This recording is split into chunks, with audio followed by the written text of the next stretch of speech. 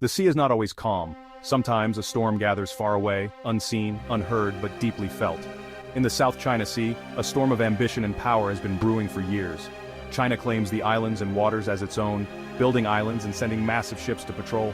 Across the sea, the Philippines, small, determined, watches the dragon grow.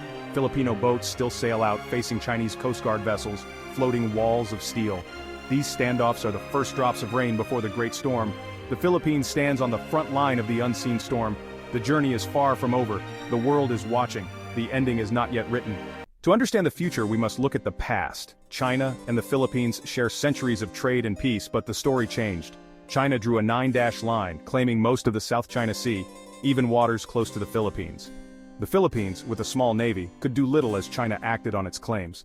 China's small structures grew into military outposts. A quiet invasion, no shots fired. China was winning, taking territory piece by piece. But these echoes of the past were not the end. The story was not over.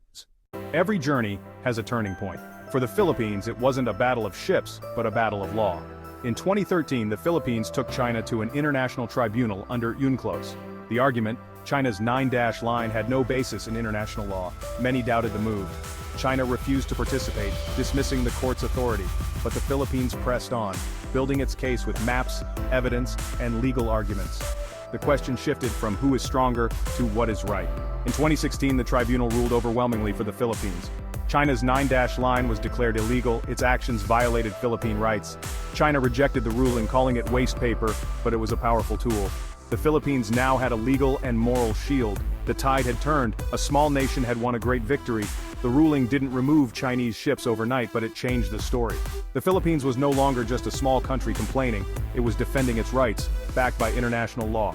Any support for China's claims was now support for an illegal action. The 2016 arbitral award became the foundation for a new kind of strength. The Philippines had found its sling and stone. The world took notice. The narrative shifted. The Philippines was no longer a victim. It was a nation standing tall. The legal victory was a turning point. The journey was far from over. But the tide had turned. Geography is destiny. The Philippines is an archipelago, a natural fortress of over 7,000 islands. Its waters are a maze of straits, shallow seas, and hidden coves, a defender's paradise, an attacker's nightmare. The Philippines is learning to use this advantage. Instead of big, vulnerable warships, it's investing in coastal defense land-based missile launchers hidden across islands. Any invading fleet would enter a vast kill zone, never knowing where the next missile might come from. This is anti-access/area denial, using the Dragon's own tactics against it. The strategy isn't just about missiles, it's about information. With help from allies, the Philippines is building a network of radars and sensors across its islands. This network gives early warning, allowing rapid response and mobile defense. In modern warfare, seeing the enemy first is half the battle. The Philippines is turning its scattered islands into a connected web of defense. For China, a war would not be a simple naval battle. It would be a long, costly fight among the islands. Even if China landed troops on one island, thousands more would remain. A full-scale invasion would be nearly impossible. The Philippines is a porcupine, small but painful to swallow. Geography is its greatest strength. This natural fortress cannot be taken away. The calculation for China has changed. The Philippines is no longer an easy target. A nation's true strength is its people. The Filipino spirit is forged in struggle, centuries of fighting for freedom. Resilience and unity are in their blood. The spirit of Bayanihan, community coming together, is a core part of their culture. When threatened, Filipinos unite, regardless of politics or background. China's pressure in the West Philippine Sea has awakened a new patriotism. Videos of fishermen harassed, Coast Guard standing firm, these fuel anger and determination. Soldiers, sailors, and pilots know the nation stands behind them. They're not just defending water, they're defending family and future. High morale is a force multiplier.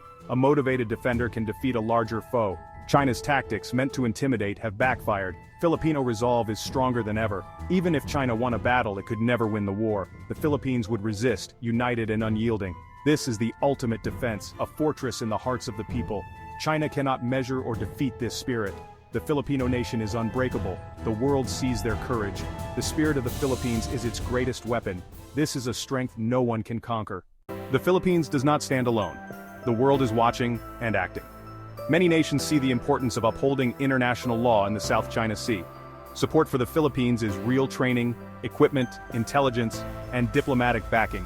The United States is the most important ally, bound by a mutual defense treaty.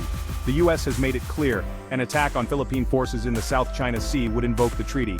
This is a red line for China, a risk of war with the world's most powerful military. But support goes beyond the US. Japan, once an enemy, is now a partner, providing ships and radar. Australia conducts joint patrols.